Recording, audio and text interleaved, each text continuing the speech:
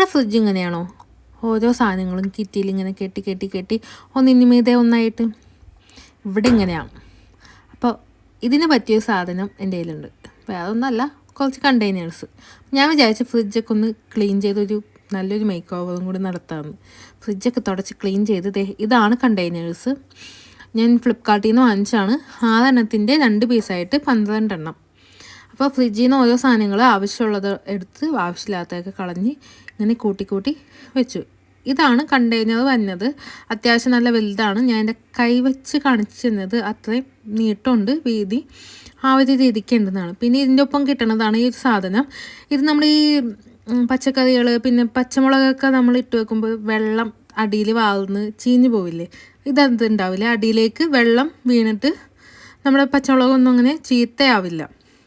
അത്യാവശ്യം നല്ല അടച്ചുറപ്പും നല്ലൊരു കട്ടിയും കാര്യങ്ങളൊക്കെ ഉണ്ട്.